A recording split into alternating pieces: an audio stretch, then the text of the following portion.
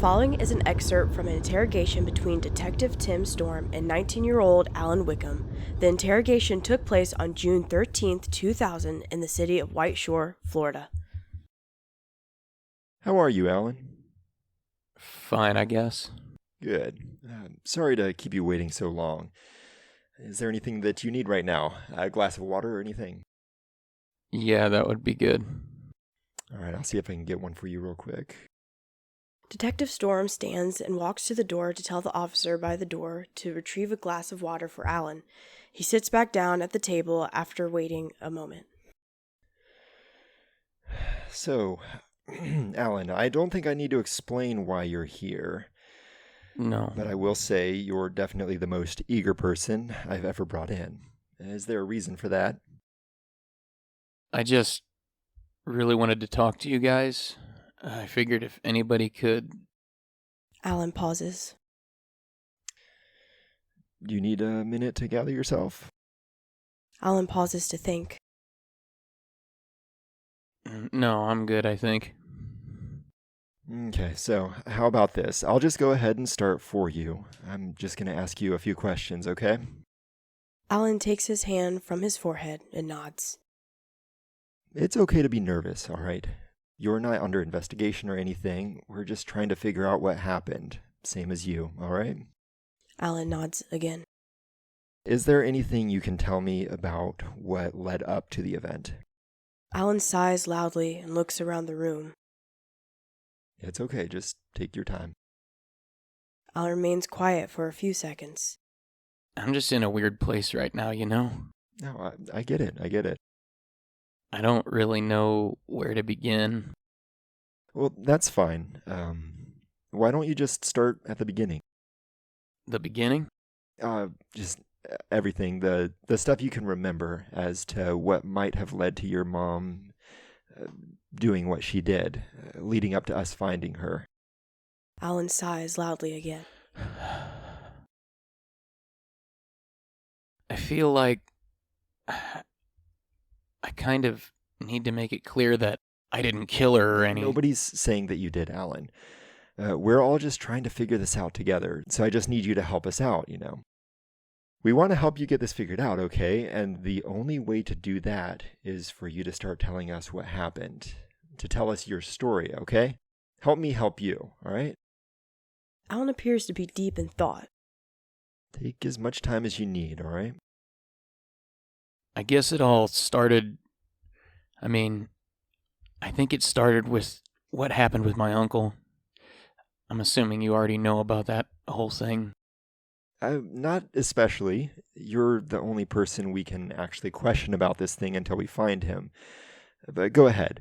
Your uncle being your mother's brother, right? Alan nods.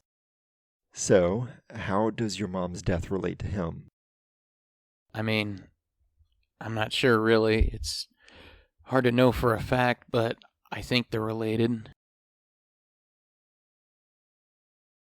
There's a light knock at the door and the officer enters with a glass of water. Thanks, Dion. Detective Storm places the water on the table in front of Alan and the officer leaves the interrogation room. Alan seems to stare at the water for a minute, exhibiting a sort of reluctance. You were saying? Alan, somewhat shakily, grabs the water and takes a sip. So, a couple weeks ago is when everything kind of started, I think. With your uncle or your mom? With my uncle. Okay. Continue, please. So he was an avid fisherman. Yeah? Yeah, like out in the Gulf and stuff. What kind of fish did he like to catch? We get like redfish and big jacks and stuff usually, or black drum. He really knew how to get the big stuff. It was always fun. But I think his favorite was shark fishing. Shark fishing? That sounds pretty cool. How did he fish for sharks? Usually we'd go out at night. So you keep saying we. Did you go out with him a lot? Oh yeah, all the time. He always brought me along since I was a little kid. Oh, okay. Sounds like fun.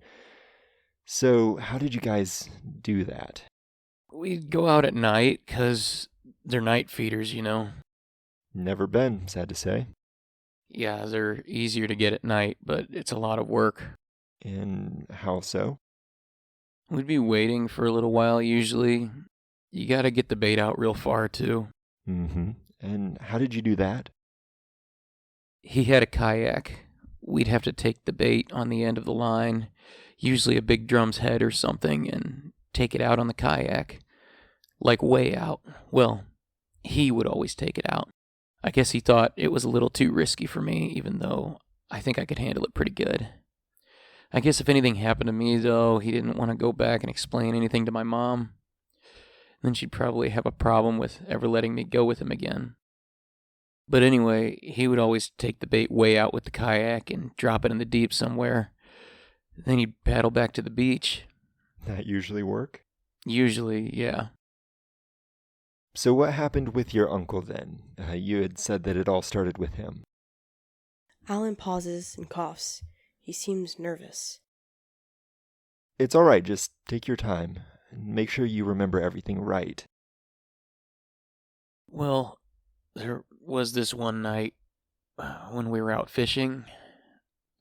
Something happened. Okay. It was like pushing past midnight, I think. Anyway, we got the fishing rod mounted in the sand.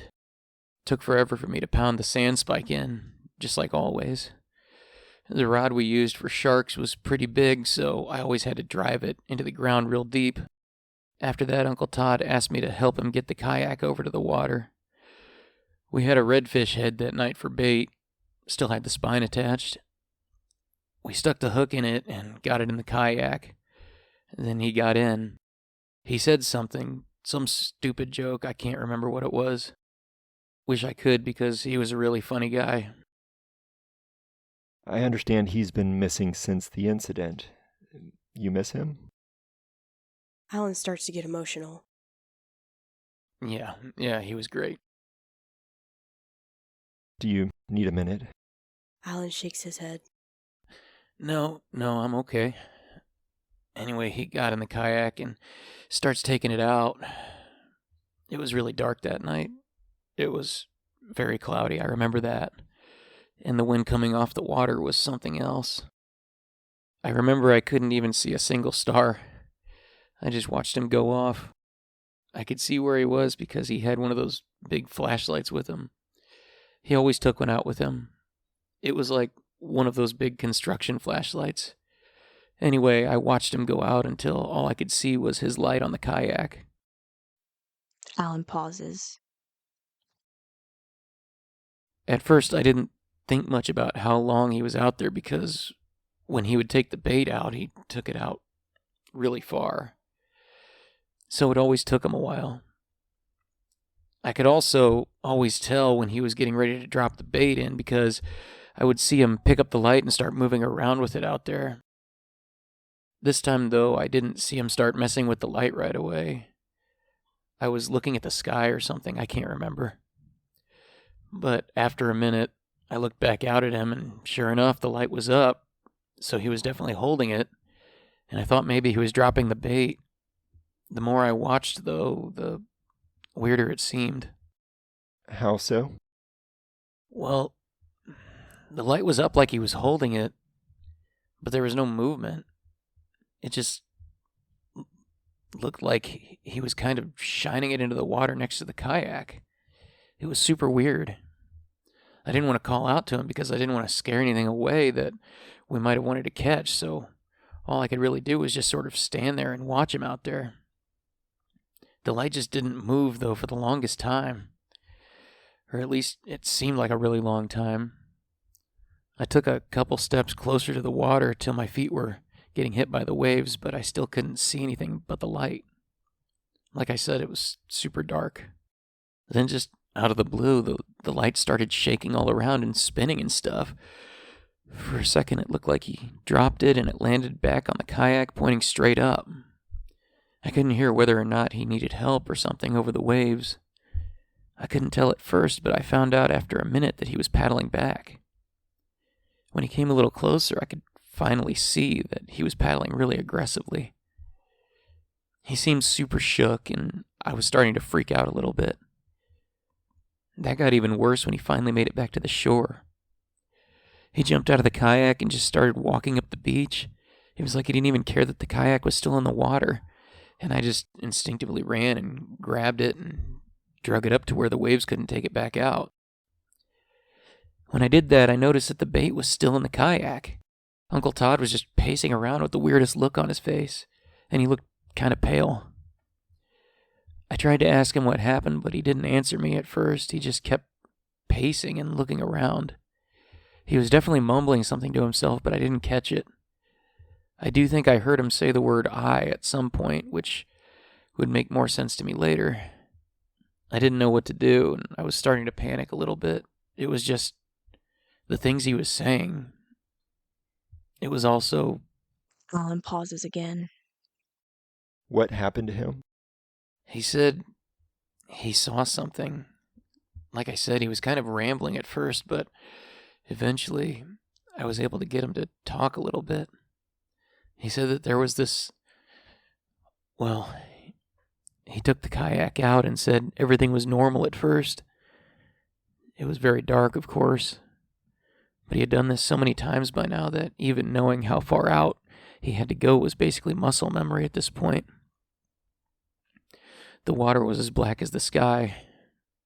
It wasn't super rough out there either. The waves just lapped against the side of the kayak as he cut through steadily to where he was going. He turned back to me once and could see by the little electric lantern we had on the beach that he was almost to where he wanted to be. Just a little farther. Just a little. We had been out earlier that day, just walking the beach, and I could tell that there was a pretty steep drop-off once you looked out so far, and he had to be pretty close to it. That's where the sharks would be, so that's where we wanted to drop that fish head. Eventually, he stopped paddling. He was out far enough to where the waves were just kind of rolling under him now, so he wasn't too worried about being capsized or getting wet. I guess he angled the light towards himself a little bit at that point and started finagling with the bait. He pulled on the line. It was hooked good, with the point of the hook coming out through the gill, which is basically like hooking it into a 2x4. It wasn't coming out anytime soon. Then he gave the knot a look, and it checked out as well. Then he said that for a moment, just a moment, he looked out over the water. He was out so far that he couldn't even hear the traffic from the city back by the beach. There was just the sound of the wind and the gentle slapping of the water on the kayak. It was so still and so dark. He said he wished it would have been a clearer night so he might see the moon out there, but there was only blackness. The clouds seemed so ominous even before he went out there, which he said he thought was odd because the weather app on his phone said it was supposed to be pretty clear. He started to feel sort of uneasy, like he had never been out on the ocean before, which of course was ridiculous. He supposed that it was just because of how dark everything was. He said it was almost like being in space. He decided to put the bait in then, but he wanted to take a look around first just for curiosity's sake. So he picked up his big flashlight instead of the bait, and he turned it towards the water, just to the side of his kayak. This was the first weird thing. He said that when he looked over the side, he couldn't believe what he was looking at. He said that even though he must have been over 100 yards from the beach, it was strangely shallow, like he could see the bottom plain as day. That alone was weird, but weirder still, the ocean floor looked like it was only about 2 feet below the surface. It was like his kayak was right on top of it. It didn't make any sense because we had seen that it looked deep out there earlier that day, like I said. But there must have been a sandbar that we didn't see. Of course, that didn't make much sense either, because even from the beach you could see a sandbar that shallow no matter where it was, really. He just sat there confused for a second and stared down. It's pointless to drop a shark bait in that shallow of water, and extremely pointless to paddle a kayak all the way out there, so he decided that he would have to go out further, despite how far he'd already come. Before he turned the flashlight away from the water, though, something else caught his attention. He bent down closer to the water, trying to see through the ripples of the waves that disoriented his vision of the ocean floor a bit. It almost looked to him like the sandbar was moving. His view was a little too convoluted to really know for sure, but it just seemed like the sandbar was very slowly moving parallel to the kayak. Uncle Todd blinked his eyes hard to make sure it wasn't his own mistaken perception, or maybe trying to focus on something through the constantly moving water was just making him dizzy. He opened his eyes. It still looked like the ocean floor was moving, although extremely slowly, but now it was rotating as well, almost like a steamroller type motion. His flashlight remained glued to the water, but now he decided to move it along the side of the kayak towards the rear. The sandbar continued down the side of the kayak until he saw something that clarified, for the most part, what he was actually seeing. He could see just about 2 feet below the water's surface, just like before, 3 massive tentacles. He said they were thick as trees, but the strange part was the number of them. There were only 3. And he didn't mean that whatever the thing was missing some. He said there were only 3, period. Like that's how many it was born with. Uncle Todd just leaned over the edge of the kayak, in shock. His hand was trembling pretty good at this point, and he shakily took the flashlight off the tentacles and back toward the body of the beast. When he reached the end of it, he could see that this thing was way bigger than his kayak, and he guessed it to be around 60 to 80 feet total. When he finally saw the fins on the back of the body, it was when he finally realized that what he was looking at right next to his tiny kayak in the middle of the darkest ocean you could imagine was an enormous squid of some kind. He said it was green in color, or at least that's what it looked like under the water, and he knew that wasn't normal for squids. Neither was having only 3 arms, but the oddest part was yet to come.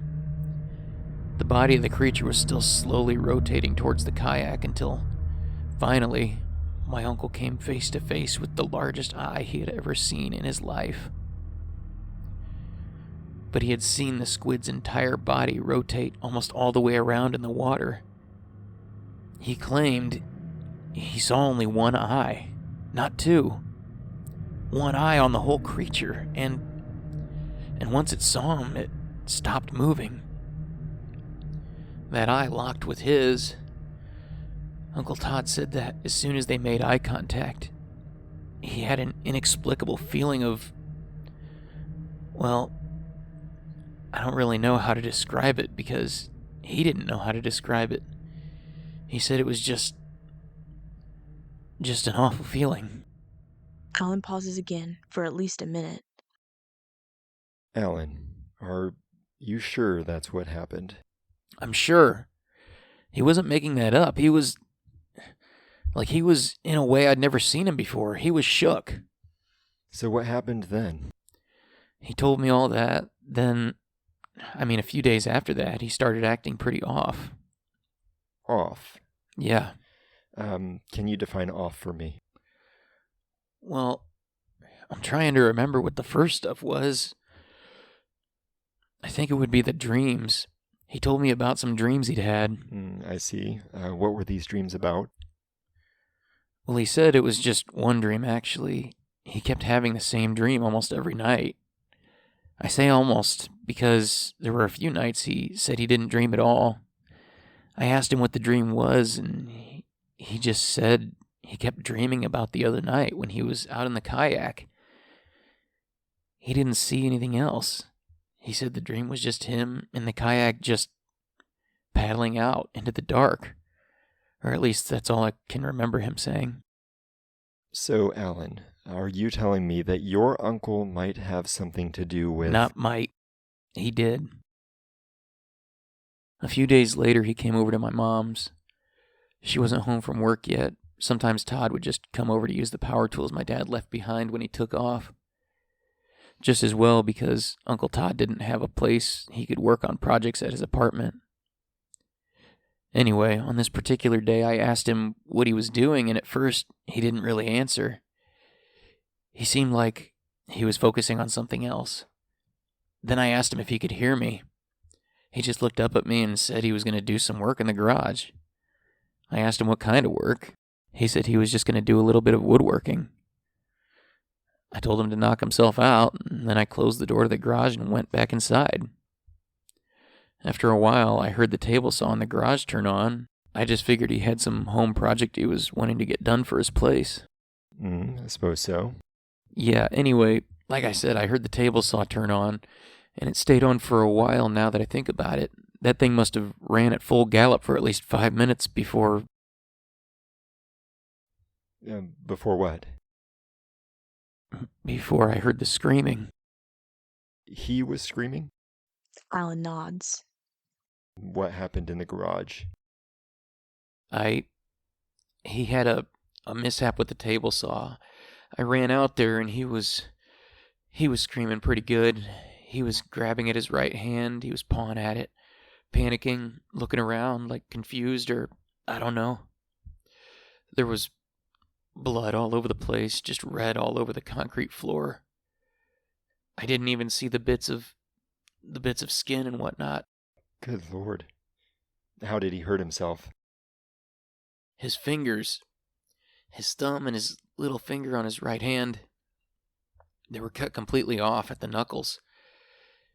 He was trying to grab at it to stop the bleeding, but, well, it's kind of hard to grab both sides of your hand, especially when it's spurting blood everywhere. He had blood all over his clothes and all over his face. It was awful. I called an ambulance immediately. I didn't know what else to do. They asked where the fingers were. There was no getting those back. The blade of the saw hit them so fast, they were totally obliterated. How did your mom react when she got home? She couldn't believe it. I think she actually puked outside when she saw the mess. I couldn't blame her. I was nauseous from the whole thing too, but the weirdest part happened when we saw him at his place the next night after they bandaged him up and got him on medication. We went over to bring him some chicken for dinner.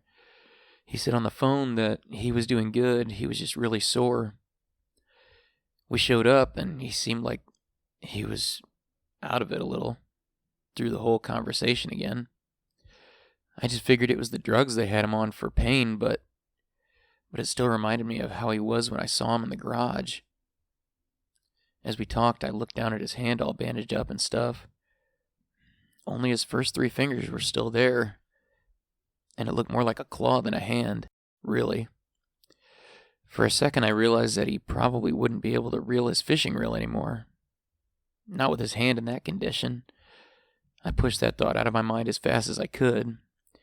But as I looked at his hand, I noticed something else. There was a little drawing on the bandage that crossed right over his knuckles.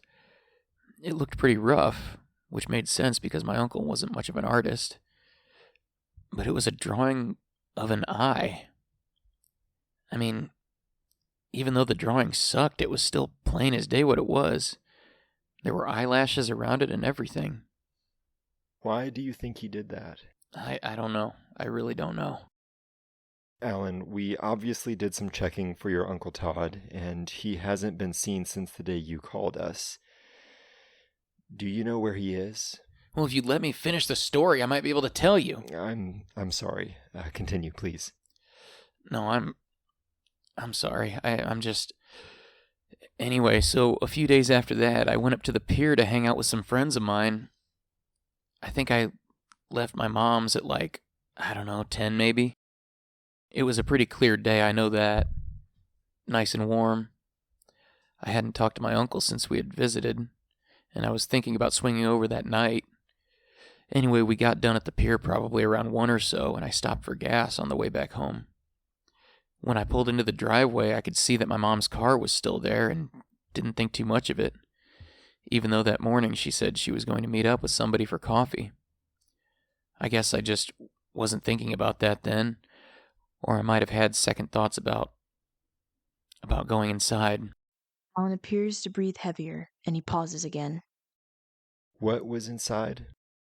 Alan doesn't answer, but he seems to be showing signs of fear. Alan, What was inside? The door was open. I don't mean it was cracked open. I mean it was wide open. It looked like it had been slammed against the back wall because there was a gash in the drywall behind it where the knob was. I got out of my car and walked towards it. I didn't rush because I just didn't know what was going on. I thought that maybe my mom left the door open by accident, but there was no way. She'd never done that before. Before I walked through the door, I could already see that all the lights were off, but it was still early afternoon, so that didn't strike me as out of the ordinary. And the place was basically fully lit from the sunlight coming in through our big front window in the living room. I walked in and I knew instantly that something had happened. There was stuff knocked over everywhere. The TV was face down on the floor. Some couch cushions were scattered. It looked like somebody robbed us. When I saw the mess, I walked a little faster and shouted for my mom, but there was no answer. I turned toward the hallway and turned the light on, called out for her again, but she still didn't answer. I walked down the hallway because our main floor bathroom was just around the corner there, knowing there was a chance she might be in there, but the door was unlocked and the light was off. My next thought was that she could be upstairs in her bedroom, so I turned to go back down the hall, but when I turned, I happened to glance past the kitchen. I froze. There was blood on the floor. More blood than I had seen in the garage incident. It just looked like somebody dipped a mop in a bucket of blood and just drug it across the kitchen tile. In retrospect, I probably should have gone to the phone and called the cops in that moment, but when you're in a situation like that, you kind of don't realize how much you just want to know what's going on, you know? Besides, I knew that my mom had to be somewhere, and I didn't know whose blood that was, and... Wallen catches his breath. Anyway, I walked into the kitchen, and there's blood on everything. I'm just looking the place up and down and all over. There's red handprints on the fridge, prints on the floor and the countertops. I think I just stood there for a second, just totally like, Then I look in the sink. More blood in the sink, just like covering it. But I see there's something in there. I couldn't make it out at first. It almost looked like leftover food scraped off a dinner plate or something, just covered in the blood. But it didn't take me long to realize that there were 2 fingers in there. 2 human fingers. I started getting dizzy. I'm like looking around, still trying to figure out what I'm really looking at. Then I saw the knife in the other bowl of the sink. Somebody cut those fingers off with a knife. Of course, I'm thinking about Uncle Todd's accident in the garage, and still nothing's making any sense at all.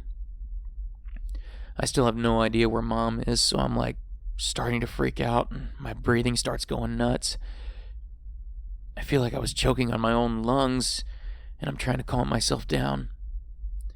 I close my eyes for a minute and try to slow my breathing down. And then I'm thinking like, okay, I gotta find her. I gotta find my mom. She could be in danger. She could be dead. Like, I don't know. So that's when That's when you went upstairs? Alan nods. I know this might be hard, Alan, but I have to ask this. Was she hanging when you found her? Alan nods again. I see. I know that must have been hard seeing her like that. She was just swinging there so slowly. It just didn't feel real. It was like an actual nightmare. So is that when you called the police? Yeah. I used the phone in her room. So after the officers got there, did you touch anything in... There's more. Excuse me? There's more. Something happened after I called, before you guys showed up. Please continue. Do you know whose fingers were in that sink? We're getting them tested right now, actually. If you think they are your uncle's, like I told you, we've got some people looking for him as we speak. They are his. You won't find him. Not for a while, at least. Storm puts down his pencil. Alan, do you know where your uncle is? After I called you guys, I couldn't make myself look at her. Just dangling in the middle of the room like that. I couldn't. So I just turned to the balcony outside her room. I was just looking at the clouds. I could just see the gulf between a couple of high-rise condo buildings. I didn't even realize that I had tears on my face till just then. Everything was different than normal, though, after I saw her. It was like the whole world just got cut to a Dutch angle or something. I couldn't hear the cars outside or the seagulls. No sounds were coming in at all until I heard my mom's closet door slide open slowly behind me. I thought maybe I had imagined it because I just wasn't in my right mind, as you can imagine. But I did turn to it, and now I wish to God I could unsee what I saw. It was Uncle Todd. He was standing in the closet, blood all over his clothes. I was in shock, and so it took a minute for me to take in all the details. His hair was all messed up, and it looked like it was caked and matted with what I'm guessing was dried blood. His face was so much more drained than I had ever seen. He didn't look angry or psychotic or anything. He just looked so defeated, like he had no life left in him. I saw then that he had taken the bandage off his hand, and his naked wounds on his 2 fingers were totally exposed and filthy. They looked infected, but I didn't have much time to get a closer look. When I looked at his other hand, I realized where most of the blood must have come from. His other hand was missing the same 2 fingers, and they had been cut clean off. Cut off with that knife that was in the kitchen sink downstairs. His arm looked so pale, like white as paper, basically, from all the blood loss, I guess. But the absolute worst part, and I hope I didn't just imagine this, the most horrible thing was his eyes. He had gouged his own eyes out. I don't know how or what he used to do it, but his eyes were gone. At first I thought he was just closing his eyes tight, and that he had just wiped blood all over his eyelids. But when I saw his hands, I knew. When you saw his hands? His eyeballs were pinned to his hands, like with nails or something. There was something driven through the eyes and into his palms. What? Look, that's what I saw, okay? Or maybe, I don't know what I saw. But that's what I can tell you. That's what's in my head. Okay, Alan, it's all right. Just tell me what happened then. Did your uncle go back downstairs? No. He just stood there for a minute. I tried to choke some words out to say something to him, but I couldn't make a sound. My voice kept catching in my throat. He just kind of swayed around. His head turned a little bit sometimes, like he was listening for something. I kept backing up. I couldn't even tell that I was backing up, but I was so scared and confused. I guess I was just trying to put a little distance between us. Then just out of the blue, he lunged at me.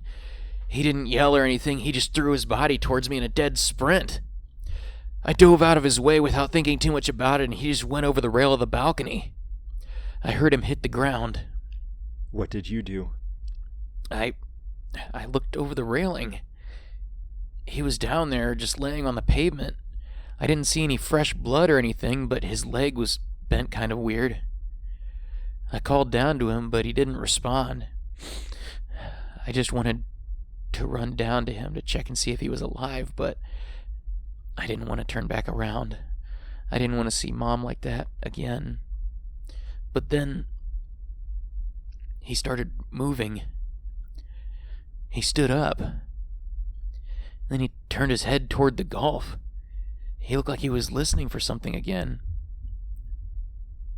I called down to him again, but he didn't look up. He didn't make a single move showing me he could hear me. I called a third time, but I was only halfway through his name when he just started sprinting. That's when I got the courage to follow him. I ran back downstairs as fast as I could, then back out into the garage. I turned to see him already across the 4-lane road between us and the beach. He was running so fast. I was running behind as fast as I could, and he was still leaving me in the dust. A car driving down the road slammed on its brakes to stop from hitting me, but I didn't even look. My eyes were locked on him. When I got past the sand dunes, I could see him, running still. He was heading toward the ocean. I kept going, calling out to him the whole time. He wasn't responding. He just kept running till he hit the water. And then he just kept going, pushing through the waves, going further and further out. I ran down to the water's edge until I was about knee-deep. I called to him again, just as his head disappeared below the surface about 200 or so yards out. I kept looking for him to come up for air, or for his body to start floating. I was waiting for probably 10 minutes. He was gone. You didn't see him swim off anywhere. I waited for 10 minutes, like I just said, so I think I would have seen his head pop up if that was the case. Yeah, that's probably right. Is that what you've been wanting to tell me then, Alan? That your uncle drowned himself? I didn't say he drowned himself. Okay, well, what else could have happened? If he went out into the ocean and didn't come up for 10 minutes, he must have drowned. I mean, he might have drowned. He probably drowned. I just don't think he drowned himself. What does that mean, Alan? Alan pauses. I don't know. I think maybe something was calling him out there. I have no idea except for what I've seen. I understand that to experience such a traumatic scene like what you just described would make one inclined to be a little superstitious or something. Especially if your uncle showed no signs of abnormality in the past. What? No. All that stuff I just told you, everything that happened at my mom's place, that wasn't what I was talking about. I mean, what I saw before that. That's the reason I wanted to talk to you guys. That's why I came in so quickly. It's because I'm hoping that you can help me. What are you talking about, Alan? Well, after my uncle saw that thing in the ocean that night, I couldn't shake the way he was after he came back to the shore from my mind. I literally sat up most of the night thinking about it. I just kept wondering about what he had seen or if he knew what he was talking about. Just seeing a giant squid or something in the Gulf of Mexico so close to the beach would be one thing, but the way he was so shook afterward and the way he described the thing, I just kept thinking about it. So the next night, after dark, I waited for my mom to go to bed. Then I went down to the garage where we had left the kayak from the night before, and I picked it up over my head. Then I crossed the street and took it down to the beach. There were just a few people out there with flashlights, some of them with their kids, looking for crabs scurrying around on the sand. But that didn't stop me. In the dark, I took the flashlight out of the seat of the kayak and got inside after pushing it out into the water. Then I paddled out. It was very dark out there, almost as dark as the night before, and I couldn't see very far in front of me. In fact, I may have heard. Alan pauses again. Heard what? Like voices, whispering voices from out in the dark. Detective Storm leans in toward Alan. What were they saying? I don't know. I could barely hear. Alan, what happened out there that night? I only remember so much. It's weird. Like I just blacked out or something. I remember that the water was really shallow. And I just know that I think I need your help before I do something. You see, I can still hear them. Even now.